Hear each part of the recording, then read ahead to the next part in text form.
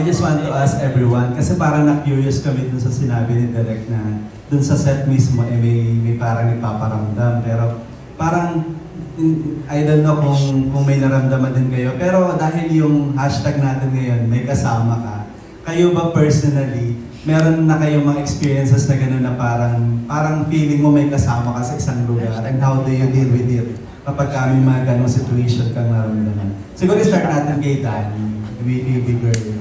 Danny, labas ka dyan sa likod, tayo ka dito sa harap para makita ka namin. Yan.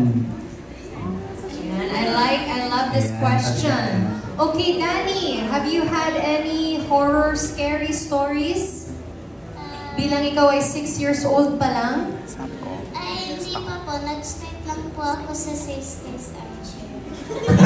Ano daw? Wala ka ba nararamdaman na parang may kasama kang ibang tao na hindi namin nakikita? Ako po yung mumu. Naku, nirinig mo. Nagod tayo. Sorry. Hindi, Danny, question. Nakakita ka na ba ng multo? In real life? Hindi po. Naniniwala ka ba sa multo? Medyo matakot po ako, pero alam ko, fake lang yun. Sige, ilipat naman na. Baka iba pa So, iba share. Okay. Siguro kay Rocco, may ganun bang feeling na may kasama ka para may kasama ka? How do you deal with it? Ako personally, wala talaga yung parang takot yung mamulto sa akin.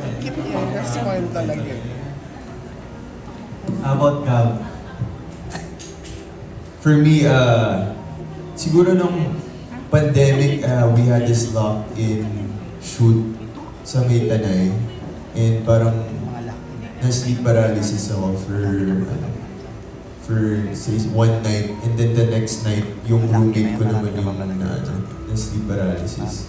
So, luckily, we were there for each other habang binabangungot kami. Ginising namin yung isa't isa. So, ako first night, siya yung second night. So, yun yung pinaka-close ko siguro na naramdaman na may kasama.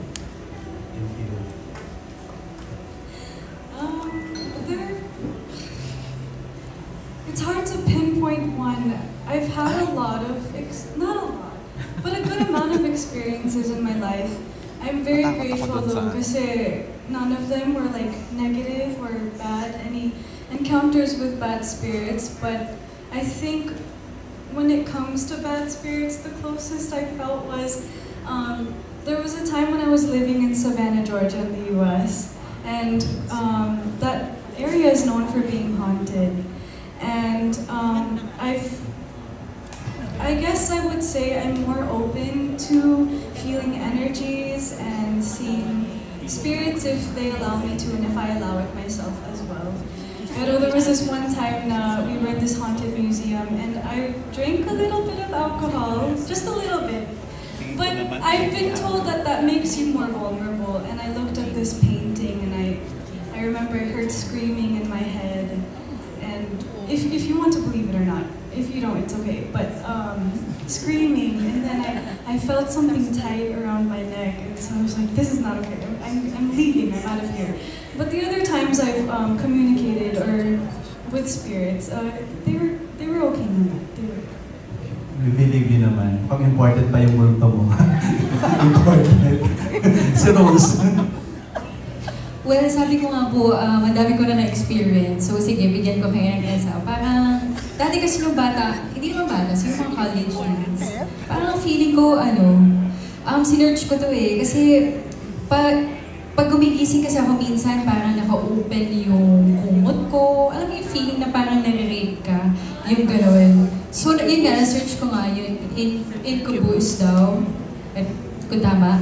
So, parang gano'n, nakaka-experience ako ng gano'n before. Parang, nagising ako, parang, alam mo yung parang kakatapos na yung ganung feeling. And minsan naman, pag nakadaba ako, parang may uupo sa likod ko. Which is ganun nga daw sila nagpaparamdam. So parang dahan-dahan pa siyang umuupo. As in, ramdam na ramdam ko talaga kasi higa, sobrang bigat. Pero ginagawa ko na lang pag ganun, parang sabi kasi nila, parang, yun nga, they can smell fear, mga ganyan. So parang hayaan mo na lang, tapos tinulog ko na lang, okay, pag-isip ko, okay na. So mga ganun pong experience mo namin po before.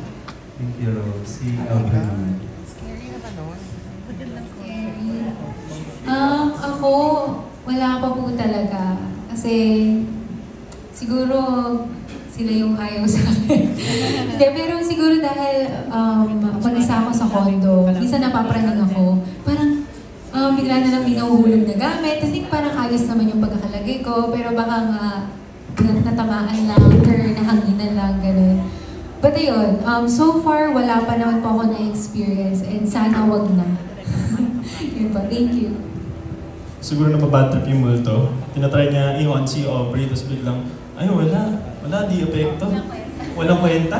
Sige na, iba na nga lang. Ako, same din naman talaga. Wala talaga akong nararamdaman na gano'n. Wala pa nagpaparamdam sa akin. Pero siguro, one question that comes into mind was, I was like very young, medyo hazy pa yung memory, pero I always hear from my mom.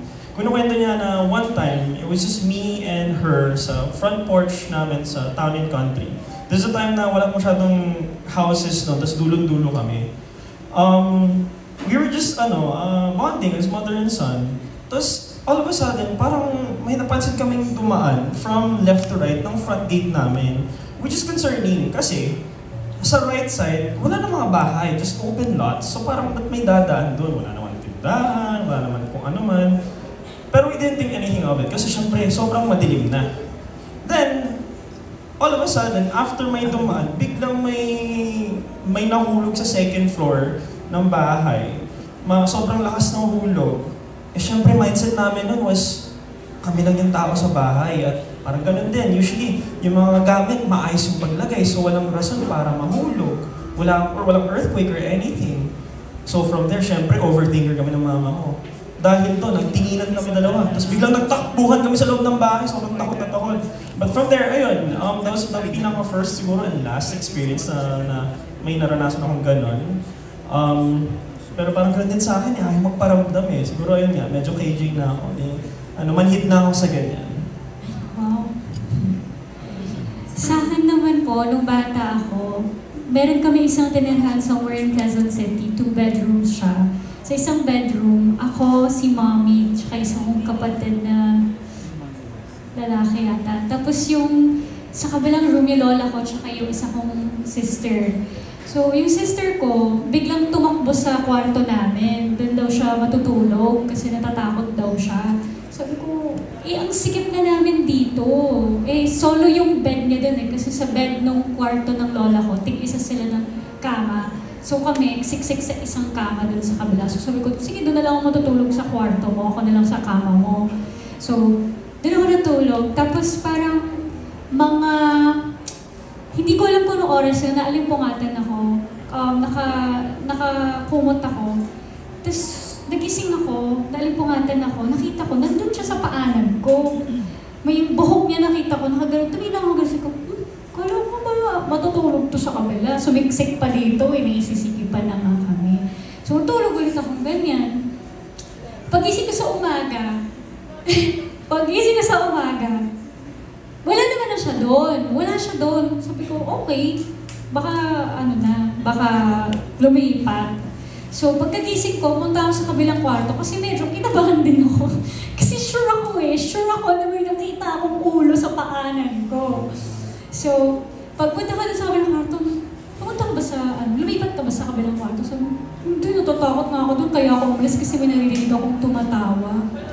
Sabi niya, kaya siya lumipat sa kwarto namin. Tapos doon ako natulog. So, ano yun, nakita ko. Yun lang. So, sobrang, hindi ako matatakotin eh. So, hindi ko naisip kung ano yun, yung nakita ko nung time na yun. Oh my God. Yun lang. Meron pa ba meron? Honestly, lahat ng tao na sa paligid ko may paniniwala naman sa mga ganyan and all. Ako kasi 3 years since nung bata ako, naniniwala ako sa multo. Oh, yun.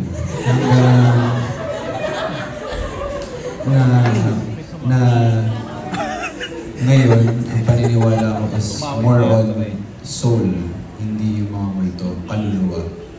Magkaiba sa akin. Kung baga sa akin kaluluwa, alam mo yun yung mga hindi natapos na mission daw dito, mga hindi pa nila gusto kasi hindi nila matanggap. So mas ganun ako. Pero experience-wise, yung sa tita ko, kapatid ng dad ko, dati siya nagtatrabaho kay Papa. Business kasi namin before Xerox machines. So, anong nangyari, meron bahay si Papa, dati sa Makati, hindi ka tao pinapanganak nun. May salamin sa harap ng hagdanan na sobrang pataas, talagang pataas. Ngayon, sabi daw nila, every time nadadaan silang pag may nakikita silang white lady. Legit talaga, yun talaga. Sabi daw, wag daw gagalawin yun. Hayaan nyo lang. Ngayon, pinili agad nung tita ko na yun sa papa ko yung bahay. Sila na tumira doon. Kaya pala gustong wag paalisin or piniligan na agad, swerte daw yun. Ngayon, millionaire sila, mayaman na talaga sila. Tapos, doon na lang ako nagsabi. Kaya every time yung mga nagkukwento sa paligid ko, asan yung multo, kakausapin ko, sumunod sa akin, dali. Ganun yung experience ko. Like, legit yun. Diba, lagi mo sinasabi sa akin, totoo yan, ganyan. Sabi ko, hindi, sige, kakausapin ko pa minsan. Shock pa kami, baka mga pati kang tumambay, ganyan. Kasi hindi ko alam wala pa akong experience na gano'n kung malas, iiwasan mo na. Pag swerte, pwede. Pero kung may kasalanan ako, mahirap na yun. Kaya ayoko pumupunta sa madalas ako pumupunta sa 7-Eleven, doon daw lagi nagpapagpag So, baka sumunod. Wala. Oh my gosh. Thank you, Didi. Congratulations. Okay, thank you so much, guys.